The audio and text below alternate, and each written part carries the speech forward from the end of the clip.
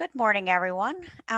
We'd like to welcome you to today's webinar hosted by the Schuyler Center for Analysis and Advocacy and the Postpartum Resource Center of New York.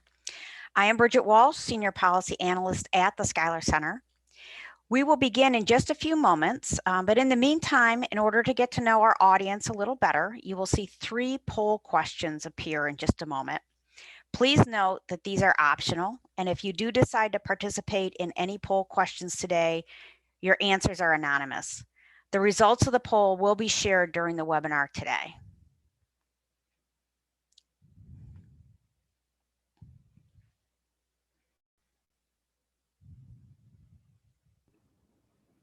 Hi, everyone. I'm going to leave the poll up for about a minute just to give you guys some time to answer, and also while I let some folks in from the waiting room.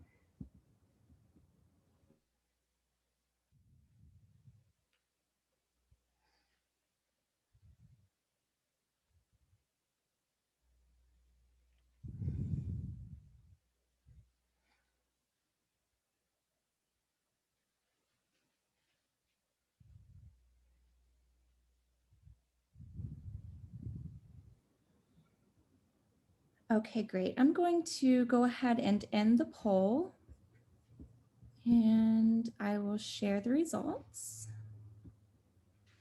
just so we can get an idea of what the audience looks like today. Thank you, guys. I'll leave this up for about 10 more seconds.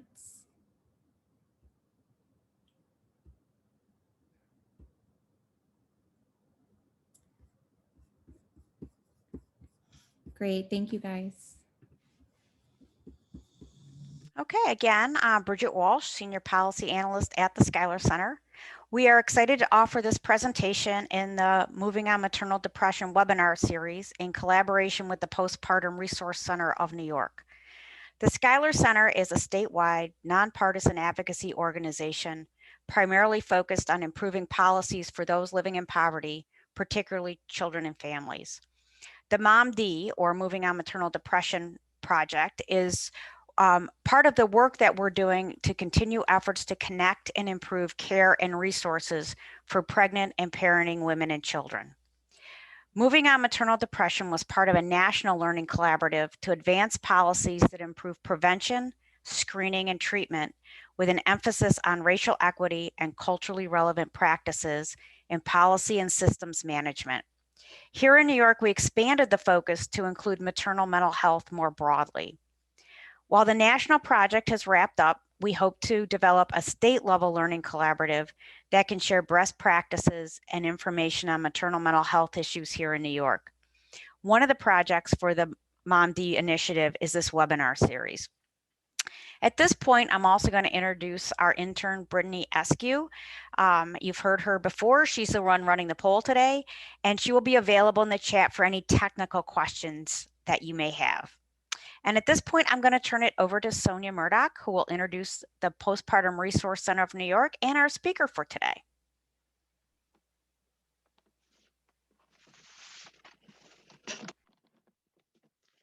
Thanks, Bridget, and to the Schuyler Center, and thank you to Brittany for her assistance.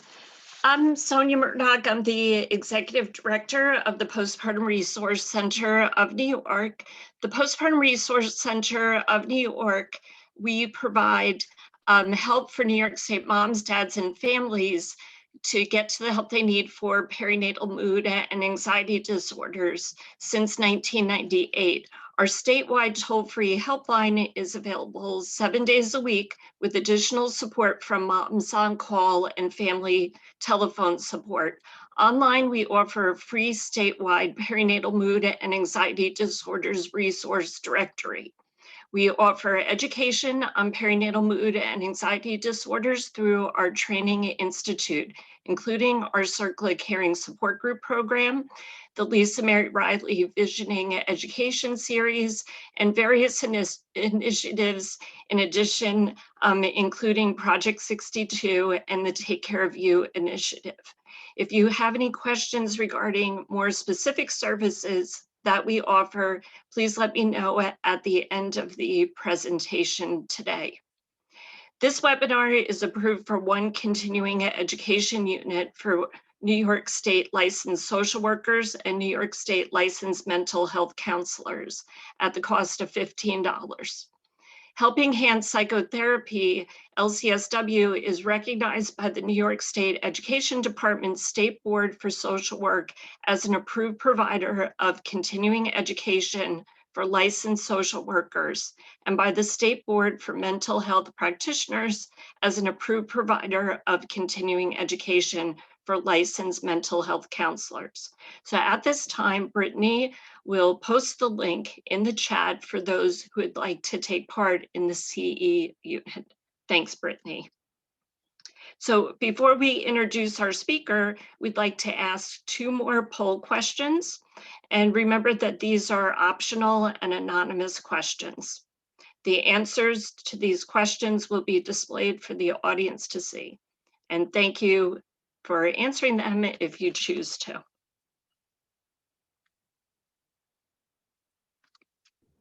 Thanks, Sonia. I'm going to leave the poll up for about 30-45 seconds. Everyone seems to be pretty responsive to these. I just want to give everyone a chance to answer if you choose to.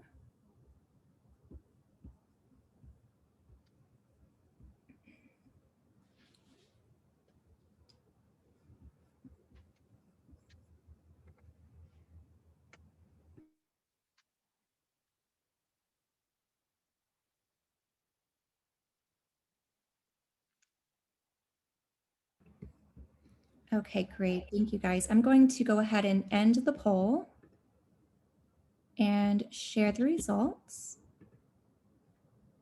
And I'll leave them up for just about 10 seconds or so.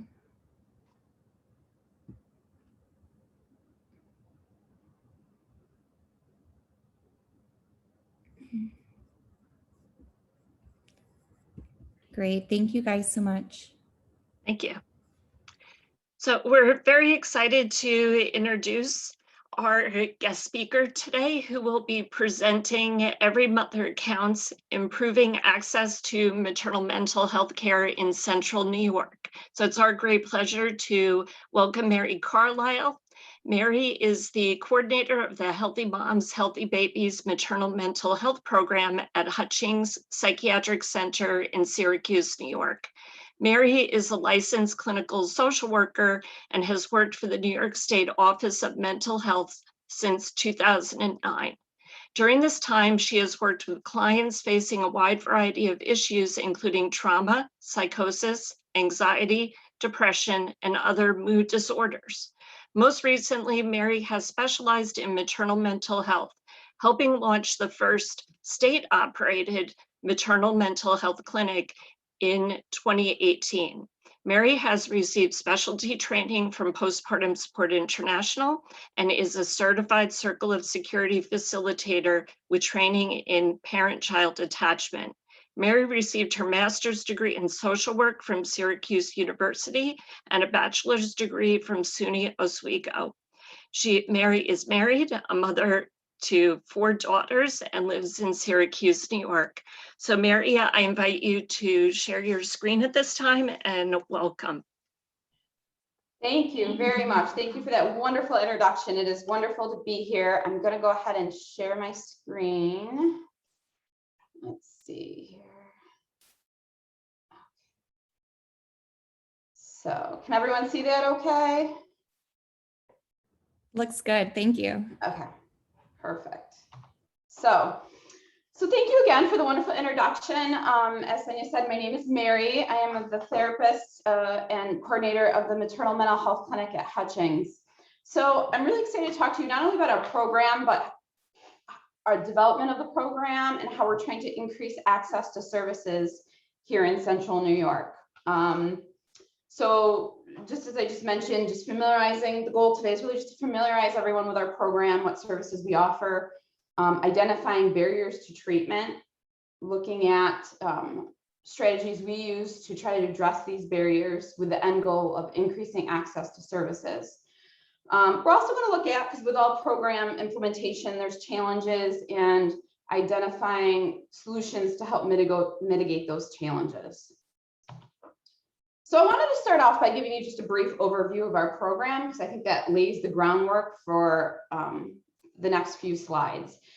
So I have to give credit where credit is due. Dr. Sitha Ramanathan is a psychiatrist. She was my mentor when she was here at Hutchings. She not only was a clinician, but did a lot of research. And it was her who came to me in 2017 and asked if I'd be interested in helping her with a new project she was working on. So that's how the idea first started. And I'm going to talk about what that looked like in that first year of developing the program.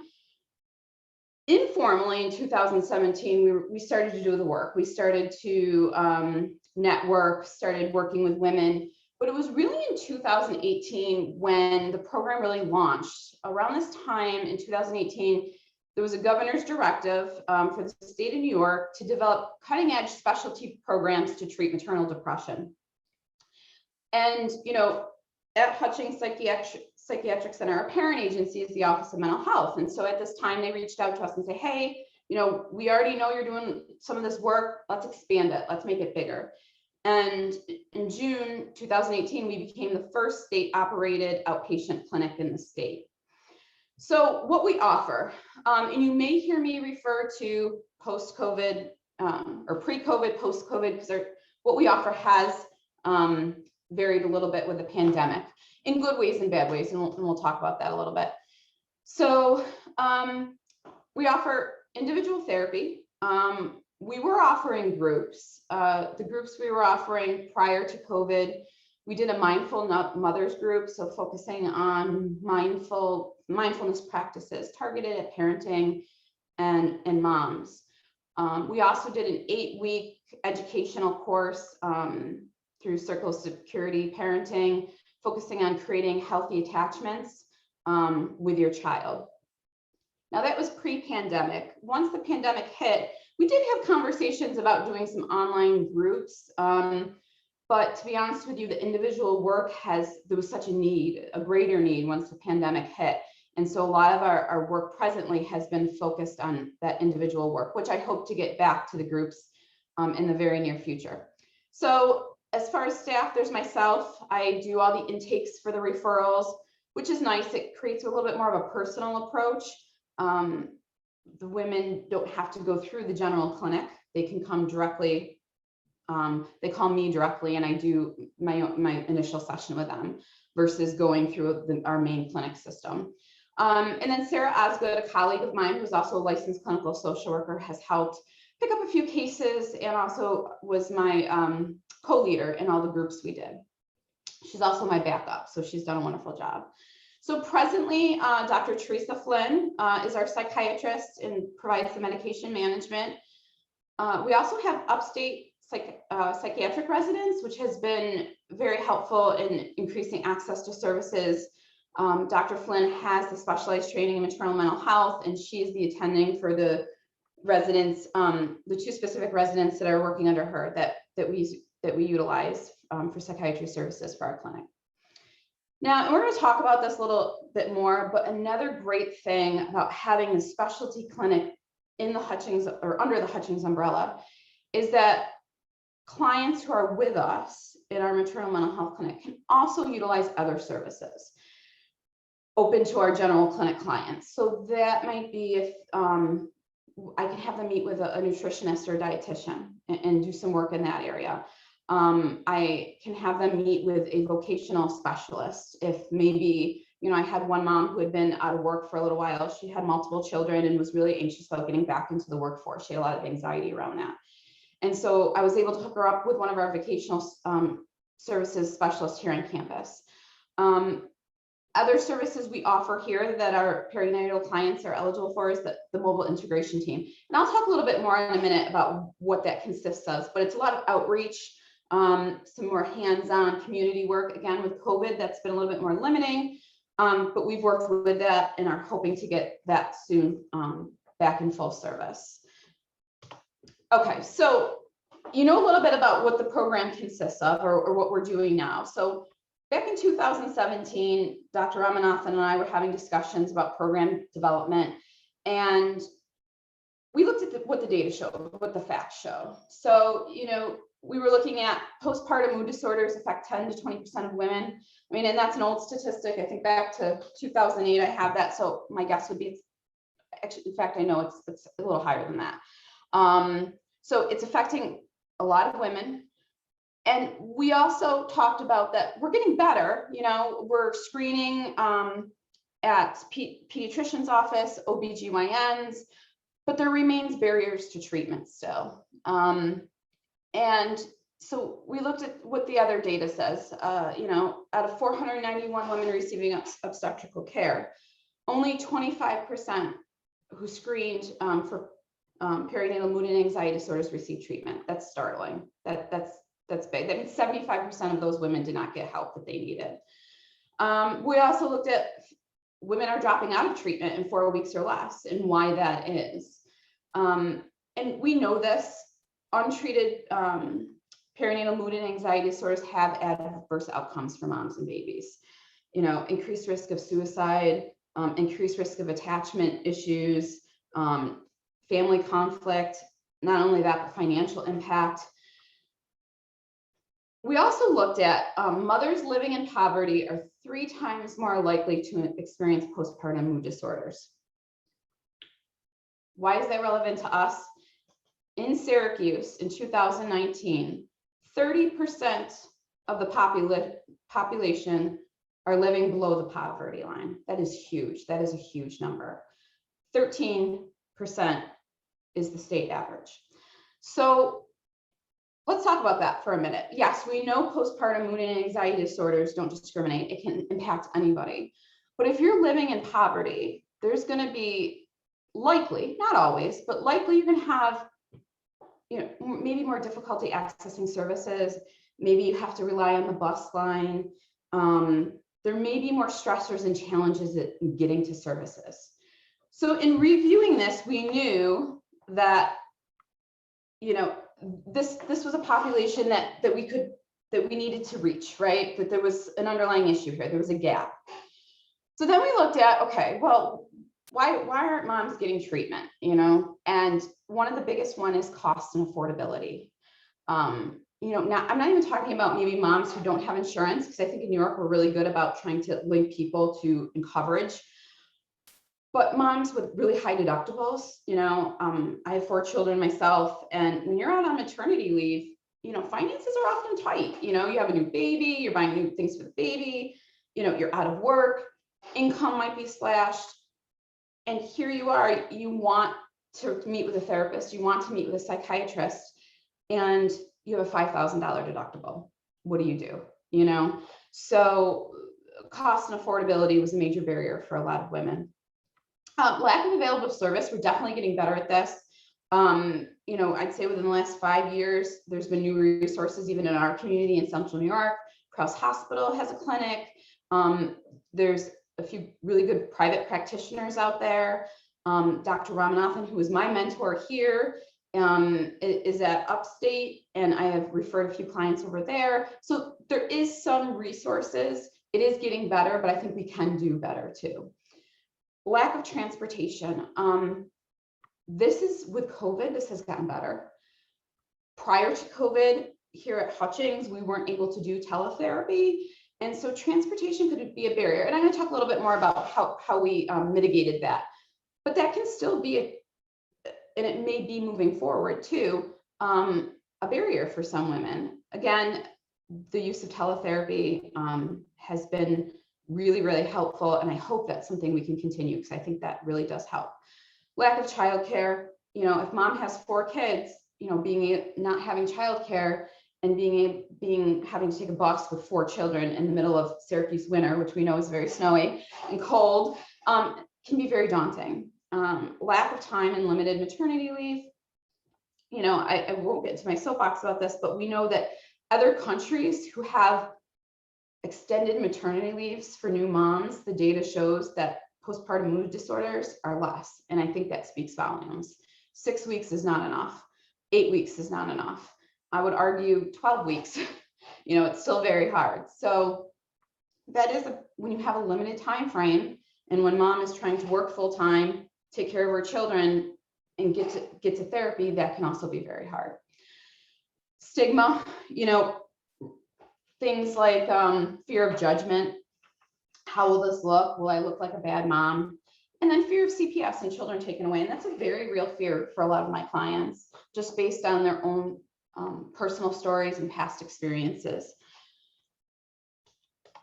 Okay, so we kind of we knew what the barriers were, we knew what the data showed. So then from this point, we looked at community need.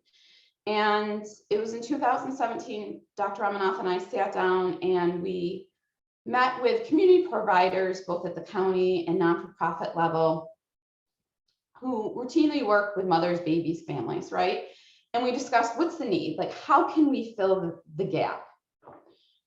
So a few of the things really identified was clinicians with specialized training, right? And we're going to talk about more about the importance of this, because it's important to have that specialty training. If I have a heart issue, yes, my primary care can possibly help me and may have some knowledge on it, but I want to go to a cardiologist. And the same applies for mental health. If I have intrusive thoughts and I'm a new mother and those thoughts are very scary, I want to go to a clinician that specializes in it. So that was very important to have that specialized training and understanding for the unique needs that sometimes moms have. Another area which there still has to be a lot of work in is services for grief and loss after an infant death. There's some, but there's not a lot. And that's something, to be honest with you, as I am looking to expand my training even more in. But I have worked with moms who have experienced, a stillborn baby or loss, and there's definitely a need. We also found that psychiatry for pregnant and postpartum moms, different physicians or different medical professionals, they have different comfort levels. Some psychiatrists aren't comfortable prescribing for pregnant moms. Some OBGYNs may or may not be. So there definitely was a need there where the woman was receiving services, if their medical provider wasn't comfortable or they felt like it was beyond their scope, that they could refer to us and we could help them with that. And one of the major things was services that can accommodate and be flexible with barriers such as cost, childcare, transportation. So how we could help, and I say we as Hutchings and as the Office of Mental Health, we realized that there was barriers to treatment and lack of resources. And we also saw how we, Hutchings as an agency, was in a unique position to address these barriers as a state-operated clinic. And I hope you, as I go on, you can see how being a state-operated clinic, we were able to use that to help address some of these barriers and really be a safety net. And it really goes along with the Office of Mental Health, the transformation plan and the vision. And I'll read this quickly. OMH aims to improve community-based mental health services statewide. The transformation plan is the roadmap to a stronger community safety net. More individuals with mental illness can receive high-quality, cost-effective services. And by serving New Yorkers in home and community-based settings, we can avoid costly inpatient psychiatric stays. I read that word for word because I think that speaks really well to our clinic and the safety net that we wanted to provide. And I will speak to this a little bit later. Our goal was not to be the only provider. Our goal was not to, see all the women in Central New York. Our goal was to be a safety net and provide high quality, cost-effective services to women who may not be able to access other services or there's other barriers preventing them. Okay, so as we were developing the program, it's this nice little graph here to kind of identify needs, barriers, and how at Hutchings Psychiatric Center, we have the ability to meet these needs. So looking at transportation, childcare, lack of time, we know that is why women don't get treatment. Now, we're not miracle workers. I can't get childcare per se, but we can be creative, right? And again, post-COVID, this looks a little different because we are able to do that teletherapy, and I have seen less no-shows with that and more engagement. But looking into the future, as we go back to in-person, and prior to COVID, childcare was a major barrier. And so I would always tell moms, you know, if it comes down to not coming in for your session or bring your kids, we'll make it work. You know, I have a set of crayons and some toys that I borrowed from my kids at home. They didn't miss them, and brought them in, and, you know, we'll make it work. We get creative. I'd rather have a mom come in, meet with a psychiatrist. You know, I've had a mom who, you know, I helped sit with her children and read books while she met with a psychiatrist, just to make sure she got in. So we'll get creative with it. Flexible scheduling and flexible no-show policy. So for flexible scheduling, Dr. Flynn does do evening hours, which we have a couple moms who do work full-time. They take advantage of that. I've also, we're able to modify things as far as, you know, some moms want to come in, but their kids can't sit for that long with them, or, you know, in the little waiting area, and, you know, we watch them from my office, but if they're older kids. So I'll do a 30-minute session, or, you know, so we can modify the time, we can modify when we see them. I'm here right at 8 a.m. So I have the ability to see someone maybe before they go to work. So we try to be as flexible as possible. And again, with teletherapy, that has made that much easier. Now, a flexible no-show policy. This can be, it can be helpful in a lot of situations. There can be some pitfalls to it. The pitfalls being, for example, I don't like the dentist. So if I have a dentist appointment and I know that there's no necessarily repercussion, there's no fee, I might be more apt to cancel. So sometimes for some people that can be hard because there's a little bit less of accountability there. But I like it because for the majority of people, it keeps them in treatment. And what do I mean by that? I think of this woman that I worked with. She was a young mom, maybe 21 years old. It's about 1.5 years ago. And she had a 6-month-old. I was seeing her for postpartum depression. It was pre-COVID. And so we weren't doing teletherapy then, it was in-person sessions. And she would, I have so much respect for her. She never gave up. She would wake up at 5 a.m, take 2 buses across town, drop her son off at her grandmother's house, took another bus all the way into work, would get out at 2:30. This is in the middle of Syracuse winter, snowstorms, cold, and go back, get her son, and come into therapy and bring her son with her. And there was some days she would just call me crying, saying, Mary, I can't do it. I'm exhausted. I can't take another bus. My son's crying. He's hungry. And I'd say, it's okay. We'll talk a little bit on the phone. We'll reschedule. It's not a big deal. In a traditional clinic setting, that would probably be considered a no-show. Maybe not, but so I just use it as an example because the flexible no-show policy, when we're working with women who are already struggling with resources, maybe childcare falling through, having to rely on the bus system, there's going to be times when they can't come in. And we're in a unique position to offer that because I also want to say I get it. I've worked private practice. I've worked other clinics. In order to stay afloat, you have to bill for a service, right? In order to keep your doors open, you have to be able to bill. So not everyone can have that flexibility, but that is a huge pro of working out of an outpatient clinic is we have some of that flexibility of a state operated outpatient clinic. Other things like our OMH Sustained Engagement Program, that can help address sometimes the lack of time barrier in that some moms will engage in treatment.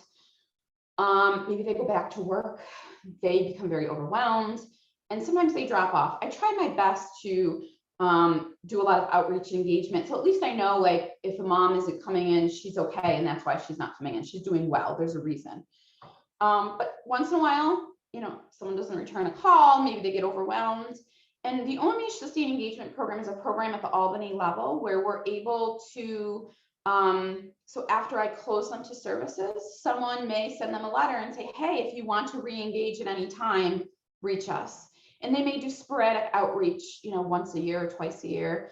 And they have a whole policy and procedure on how that works. But I've had moms come back to me and say, sorry, I was just overwhelmed. I didn't mean to return your call. Things were going well. I've had a little bit of relapse. Jason, who's our sustained engagement person, called me and offered me to come back, I want to come back. So that has really helped keep people engaged in certain situations. Now, our mobile integration team is also a really great program where people, and it's been modified with COVID, but I'll give you another example. So it's rehab counselors who can do some outreach in the community. So I had a mom who had an underlying serious mental illness. She had been diagnosed with schizoaffective disorder.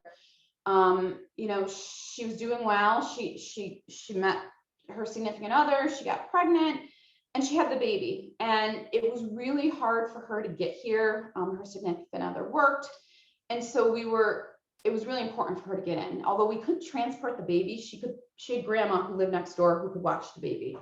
We were able to get our mobile integration team to go out, help with transportation. It's not a long-term solution, but it was a short-term solution to get her in, to make sure that those weeks postpartum, she was being seen. Again, this was pre-COVID. Another need and barrier is financial. A lot of women have high deductibles, high copays.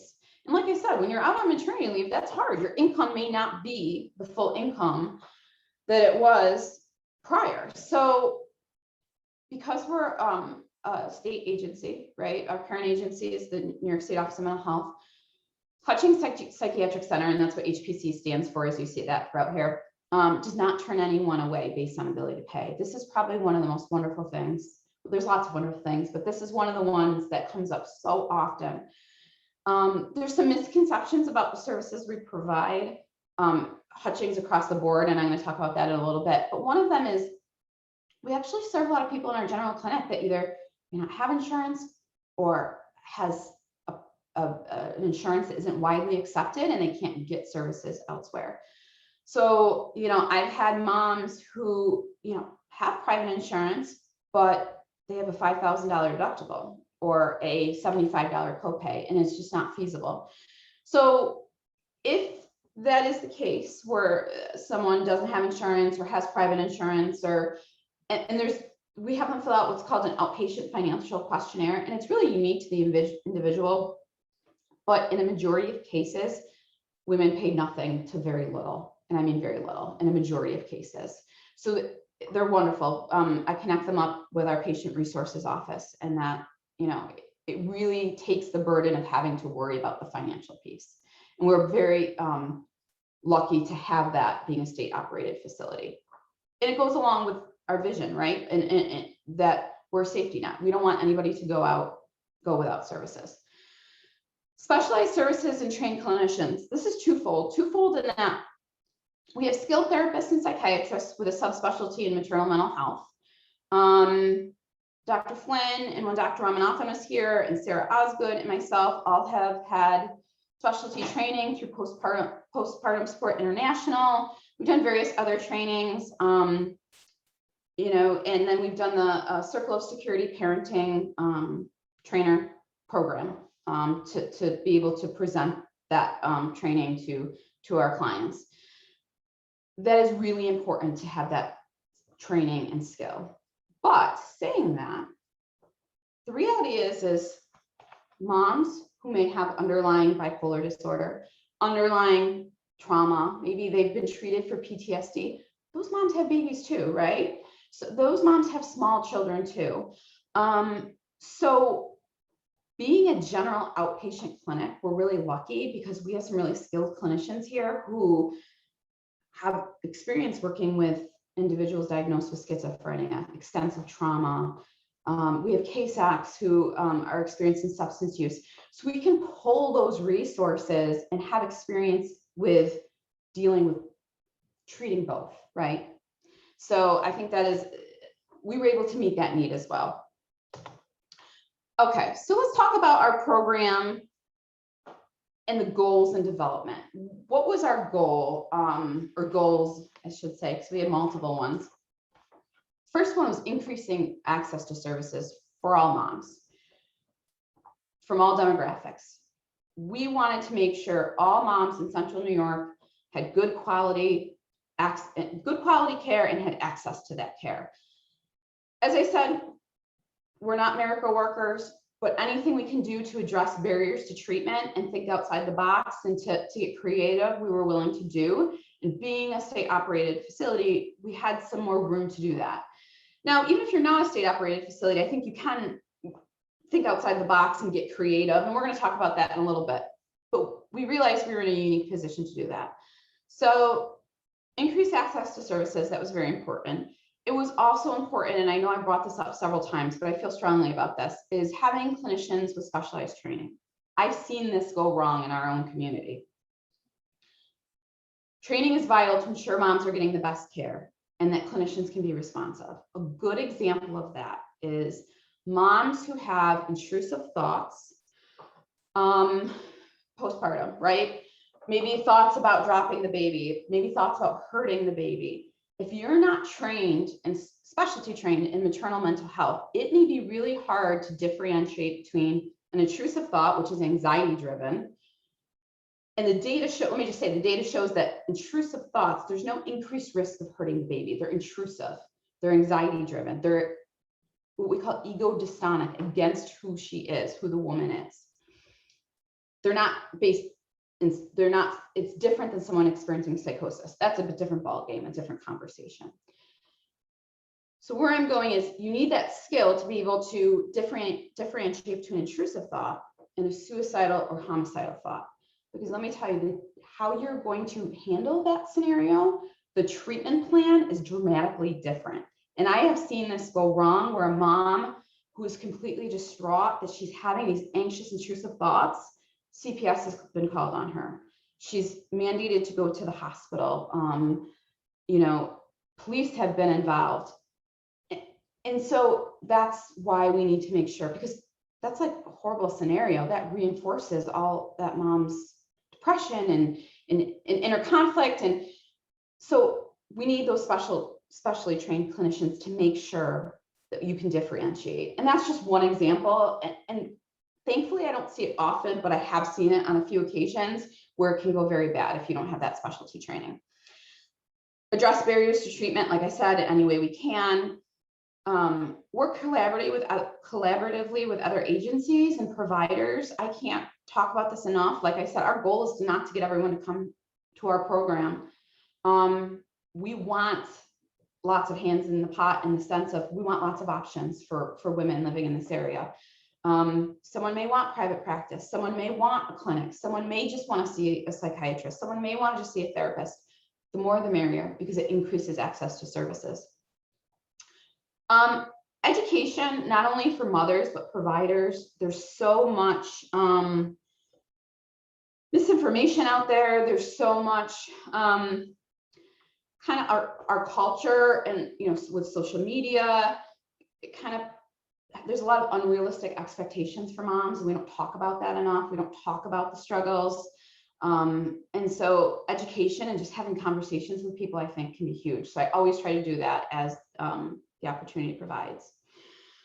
Reducing stigma. Again, I think that goes back to reducing stigma. How we can do that, it goes back to that education piece, talking about things, increasing access to services. But that's always something that is in the back of my mind of, I want to do that. I want moms to feel comfortable coming, letting them know that, you know, a lot of times when you're really depressed and you're a new mom, you feel very alone. So sometimes just knowing that you're not alone in this can go a long way. And again, the end goal is to connect moms, babies, families to resources and to moms to feel better. If that's with someone else, that's okay. I'm okay with that. I just want to connect our moms, babies, and families. Okay, so let's look at challenges. With all new programs comes challenges to work through, and we had our own set of challenges. Stigma is huge, and this was a hard one, and it's hard for lots of reasons. I have found in my dialogue and talking to people in the last 4 years, there's a lot of misconceptions about state-run psychiatric centers. A lot of people associate Hutchings and the various psychiatric centers across the state. They have this image of like institutionalization of, you know, very 1970s kind of idea of institutionalization. You know, that's we're in a totally different place than it was back then. I mean, we do have two treatment units on campus that serve the seriously mentally ill, for folks that not related to moms, but just are general folks that may be struggling and need more than just an acute hospitalization. So that is one piece of what Hutchings does, but there's lots of other pieces. We have several subspecialty clinics. We have our OSSIP clinic, which focuses on processing a suicide attempt, a first suicide attempt with folks. We have a clinic, it has recently closed with different dynamics, but we're working with the geriatric population in nursing homes. COVID kind of threw a little wrench in that. You know, we have a children's and youth clinic. So we have our on-track clinic, which is for people with young individuals with their first episode of psychosis. So where I'm going with this is we have all these specialty programs, but people often kind of associate Hutchings with that hospitalization model. So that was probably the biggest thing, is trying to break the stigma of who we are. And a lot of that just came from dialogue and talking to people, and they would say, oh my God, I had no idea we had all these resources in the community. You know, we had someone come to us and say, well, is creating a maternal mental health program at a state operated psych center playing into that stigma or feeding that stigma? Okay, valid question to ask. We can look at it from that perspective, or we can look at it from the perspective of accessing services for mental health. Like, our goal should be to get rid of that stigma across the board. There should be no stigma. And do we not provide a service that, going through those barriers in our position, we knew we could provide and potentially change the lives of women by providing this service, by giving them the services they need? Should we not do that out of fear it may perpetuate it? So those were some of the things, the challenges that we had to work through. And some of that, it just took some time of networking and working, and I'll talk about that in a minute when we talk about how to mitigate.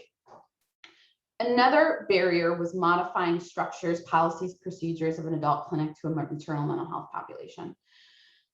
The best example I can give of this is because our general clinic, because even though we have our perinatal mental health clinic, you still have to run it under the general clinic for guidelines through OMH. You know, there has to be an operating certificate and all that kind of stuff. So it's still under that umbrella. So we still have to follow those policies and procedures. So a good example is split treatment, right? For the folks listening, many people do not have an issue with split treatment. People go to psychiatrists, people go to therapists. Like, it works for a lot of people. It is really hard to do here. And I will tell you why. It's not saying we don't do it, but it's a case-by-case basis. Our clinic model is you meet with a psychiatrist. You don't have to have medications. Some of my women don't have medications, and that's okay. But if you're not on medications, you still have to meet with a psychiatrist twice a year, every 6 months. They can meet more often if clinically indicated.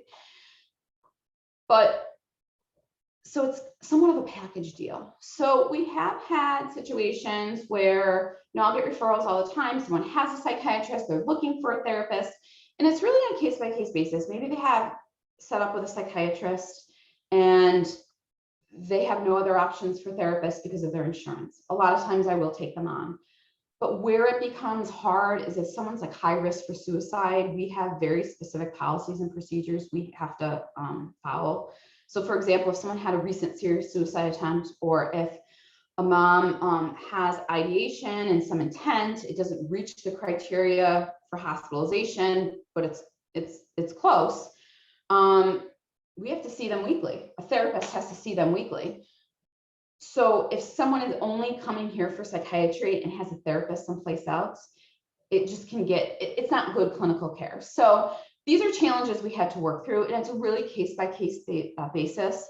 If we're able to bring on, you know, work with that individual and still be able to do it in a safe way, following our structure and policy and procedures, of course we do. Modifying current environment to mom and baby friendly.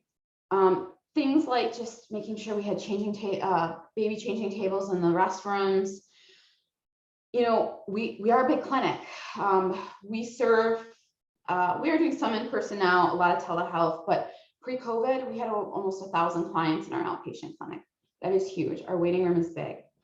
So, you know, I put myself in the position of a new mother having 4 children, you know, a small baby, you already are depressed, overwhelmed.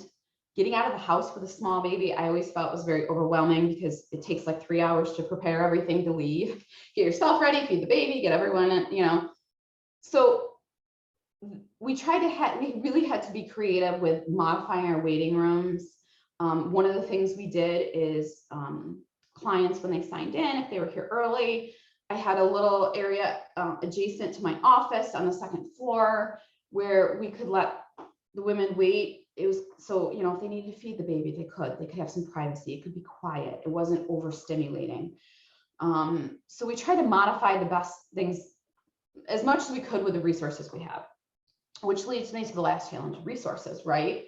Especially now in COVID with, you know, the financial impact of COVID, resources are sometimes limiting, and trying to use what we have and make the best out of it, which I'm gonna go right into the next slide because I realize we only have, oh, we're doing good. It's 46. Okay, so mitigating challenges. How did we try to work with what we had? How did we overcome these challenges? You have to have a supportive administration. I mean, it seems straightforward, but the impact that that has is huge. And what do I mean by that? Well, so we have our Director of Outpatient Services, Dr. Christine Harrington. We have our Hutchings Director, Dr. Tanya Umina, my Program Manager, Danielle Cadden. If they're not on board with the plan and the goal, right, it's not going to work. And thankfully they were, and they were extremely supportive. A good example of this is when Dr. Ramanathan and I were working to plan this clinic, you know, and really branching out from her initial idea and working together. I was employed by Hutchings at that time. I had a general outpatient caseload. I was seeing clients. And so, yes, I wear different hats and, you know, but I couldn't do both. And so I had the support of the administration to say, okay, you know, we're gonna reduce your general clinic caseload and put you in this role. And so that can be hard, you know, especially with civil service and hiring and, you know, but I had their support. Dr. Ramanathan had their support, and it really, they've been wonderful about really allowing me the time to work on some of these initiatives because they see the difference it makes in the lives of our clients. Grant writing is huge.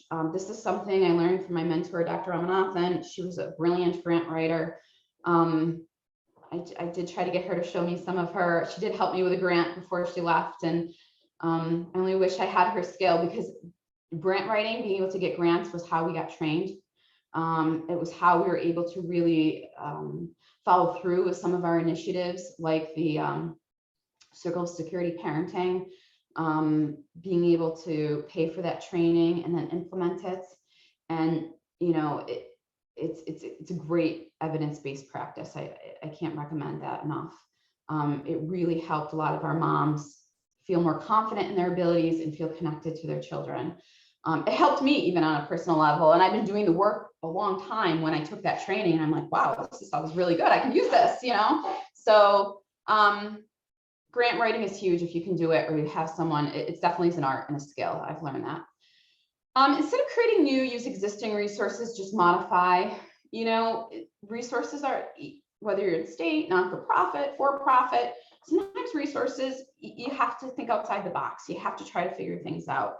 And I think good examples of that is just us trying to modify space, modify waiting rooms. You know, we don't have the funds or the ability to say, hey, Hutchings, you know, let's create a whole new building. I mean, that would be great. That would be a vision of mine, is to have a, you know, this mom-friendly building, but I can't make that happen this instant. You know what I mean? So we have to work with what we have. And again, I think the support of Office of Mental Health, the support of administration, you know, trying to modify spaces, move spaces, make things friendly, really helped a lot to make that work. Create resources that are sustainable. Dr. Ramanathan, when she was here, Created a reproductive psychiatry track for residents at Upstate, or was part of that at least. I don't want to speak for her, but that was huge. And we also, I took on social work students from Syracuse University who had an interest in maternal mental health. And where I'm going with that is that we were vested in training other clinicians in creating resources that were sustainable for the future. Because if not, if I leave, if things change, we don't want the program to fizzle out. You know what I mean? We want to create more resources for skilled clinicians moving forward. So work collaboratively. You know, I can't always take on, if I got an influx of referrals, you know, I am only one person, right? And I don't want to do, I don't want to do a client disservice by taking on a client that I don't have room for. I don't think that's ethically right. So I've worked collaboratively with other providers, and I go in from the mindset that we're a safety net, right?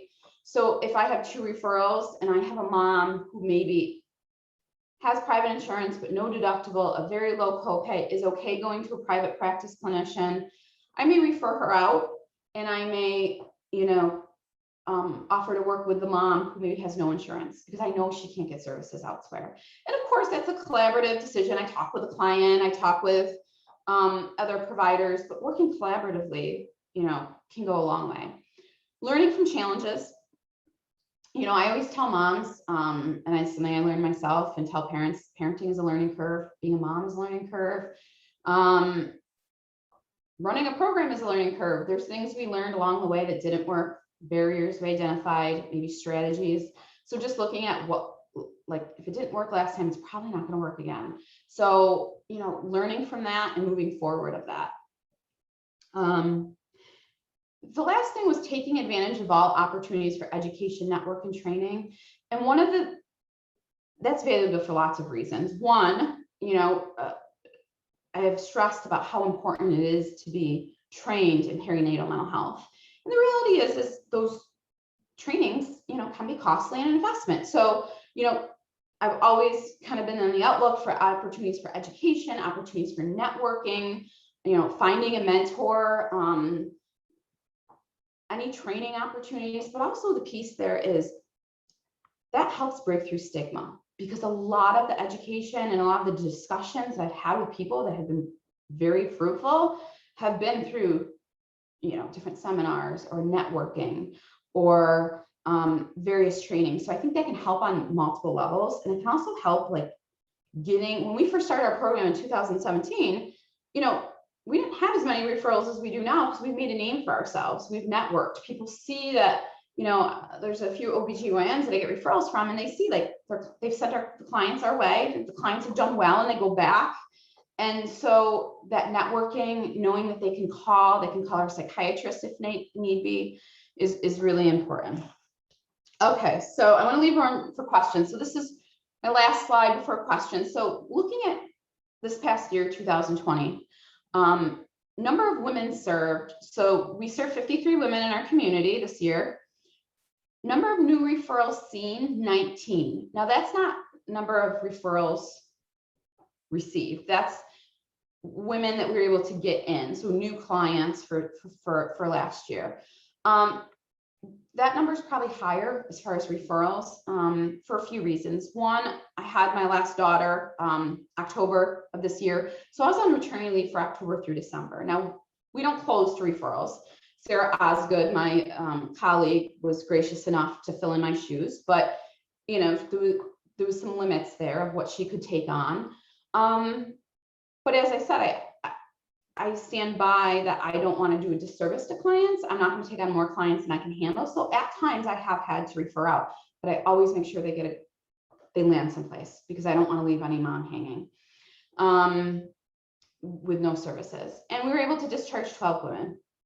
So just some trends and observations I noted for 2020.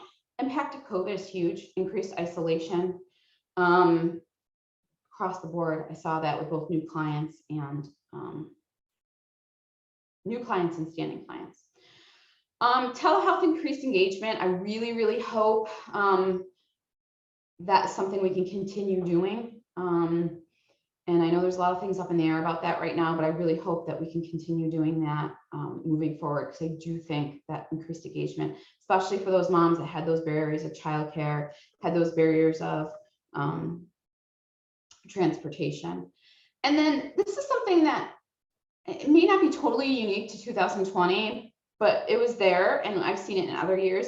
And this explains why, you know, we had 53 women served, and some of those women I've been working with for quite some time now. In session spaced out, you know, maybe just be more maintenance at this point. But a lot of times I'll see a woman, the initial referral will be for a perinatal mood and anxiety disorder. But once we work through those initial things, there's significant trauma, significant, maybe a history of major depression, maybe a history of bipolar disorder. And again, that's where we can pull our expertise from our general clinic and from my experience working as a general clinician. So saying that, I want to open it up to any questions, comments about our program. Actually, Mary, Yeah. thank you. Thanks so much to you for this wonderful presentation, and also a big thank you to you and your team for the important work you're doing.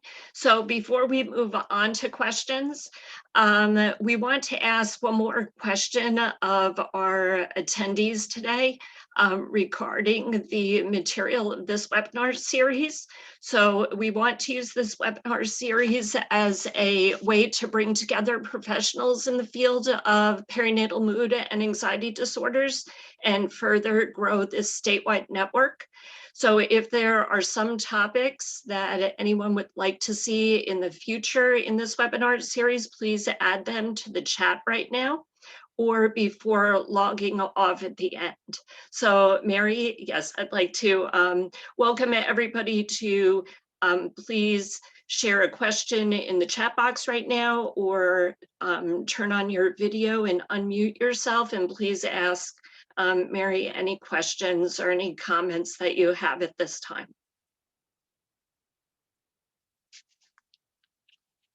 So feel free again to unmute yourself.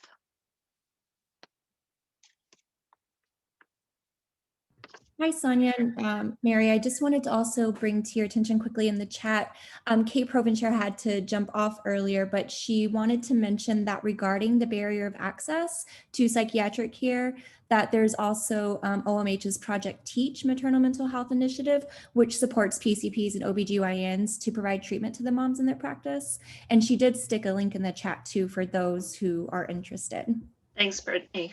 Thanks to Wonderful. I'm glad you brought that up. Yes, that is very important. That is a great program through OMH.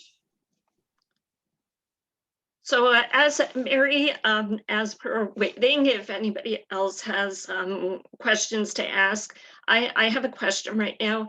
Do you think that your program could be replicated in other New York State OMH clinics? Yes, yes, I do. You know, I do think that we could take our model and replicate that. I don't know, each psych center has different, you know, that would probably be a question to fully answer from the Albany level, because each psychiatric center has specialty niches, specialty clinics. So from a program model, sure, yes, I think, you know, I would be happy to, and Dr. Flynn would be happy to share our expertise and make this service available at other psych centers. But from a logistics model, space model, each psych center is so different. You know, that would be a question for the folks in Albany, but certainly from a program perspective, yeah. Okay, great, because I know you really emphasize the safety net aspect, and I think that you know, the program that you've created is a very important solution here to address maternal mental health throughout the state. So I'm grateful that you've created the program and that you were here to present. Regina, do you have a question, comment? Yes, I do have a question and a comment. First, my comment. First, can you hear me? Yes. Yeah. First, a comment. Congratulations on getting this very, very needed program up and running at Hutchings Psychiatric Center.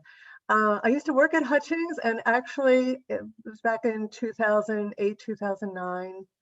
And I brought in moms with depression. And I am so happy to see that you actually have an actual program that's committed to doing that. So it's wonderful and very encouraging to see. My question is, are you ever able to do home visits for moms who can't get there, especially moms who are late stage in pregnancy or very early postpartum, especially them? Yes, so it's really a case-by-case basis. That is one of the wonderful things about working for Hutching, is there is some flexibility. I have done home visits in select cases. In the past, COVID, there's a whole new logistical barrier. Yeah, right. I understand. Yeah. I wasn't talking during COVID. Yeah. Yeah, and then the use, I'm really, really hopeful that the use of teletherapy is going to be much more widely accepted moving forward, because that, I think, has really helped like fill that gap of moms not coming here, you know, not being able to get in and that barrier. Yeah. So yes, we can, but I think sometimes the problem is leaving the clinic setting and going out into the community can be more time consuming. So if there is a dramatic need and it needs to happen, I'm more than willing to do it. But the dilemma I have is then that makes it so I can't work with as many women. So what we have been doing is we have a collaborative effort with another agency who does do primarily in-home therapy through Catholic Charities. And so Better in the Beginning? past, if they've worked with moms, and if they need a psychiatrist, we've been kind of working collaboratively with them. So if there is a mom who really needs that in-home service, a lot of times I'll refer to them, and sometimes we can do the psychiatry piece. That's great. Are you talking about Better Beginnings? Yes. Yep. Okay. Yeah. Wonderful. That's terrific. Thank you. You're welcome. Thank you. Any other questions? Thanks, Regina, for asking. Also, thanks, Regina. I think it's what you shared too. It shows the continuation of progress. So this is wonderful. So thank you. Yes, it's very encouraging. I'm very glad to see this. It's great. Glad you're here. Mary, I have a question also. I don't know, has your program incorporated peer support, or have you considered for the future, even like post-COVID, moving on, peer support, incorporating the women who've been through your program to get involved? That's actually a really good idea, and I think it's something that we should look at. We do have peer services for folks that, you know, have struggled with other, you know, they may have other mental health diagnoses on campus, but I think that specialty, just another mom who's been through it can be, that's huge. So that is a really good idea. You know, I have, like, I'm thinking of a mom who came to me that I worked with who had an underlying diagnosis of bipolar disorder and had a history of hospitalizations, and it really impacted her prior to getting pregnant. And we were able to link her to our general peer services, but I agree, maybe that specialty niche would do wonders and could really adjunct the work we do. Yeah, I think that would be terrific, including those with lived experience within the program. Yeah, absolutely. Yep. Thank you. I have one last question as we're waiting here. If anybody else, I know we're wrapping up, but also with, so are you also working with women or birthing persons during pregnancy? I'm sorry, what was that? Are you also working with birthing persons or women during pregnancy? Yes, so our criteria is very flexible. I work with women pregnant, postpartum, but I've also worked with moms that maybe have toddlers, you know, and older children, if they will benefit from this specialized service. So absolutely, yep. Do you collaborate with doulas? We have done That is something I would like to do more with. We were about pre-COVID, we were doing some collaboration with the Southwest Community Center, and they have some lactation consultant and a doula program. But that is something that is available. Having a doula is a valuable resource. So I get excited when I see more access to doulas too, because I think that's important. Thank you. So we'll wrap up here. If there are any additional questions, feel free to, again, reach out to Mary. She has her contact information that she shared. So again, thank you, Mary, very much. And we invite everyone to join us again in our webinar series. And we would, let's see, with moving on maternal depression series. And on April 7th, we will be featuring Dr. Kelly Ramsey, who will be presenting on opioid use disorder in women. And the focus will be on pregnancy, parenting, persons with the issue of stigma and treatment options. So again, thank you very much to Mary Carlisle for the wonderful presentation. And thank you for everybody for your interest in maternal mental health. And we hope that you will be signing on and continuing supporting Moving on Maternal Depression throughout New York State. So everyone have a great day and bye for now.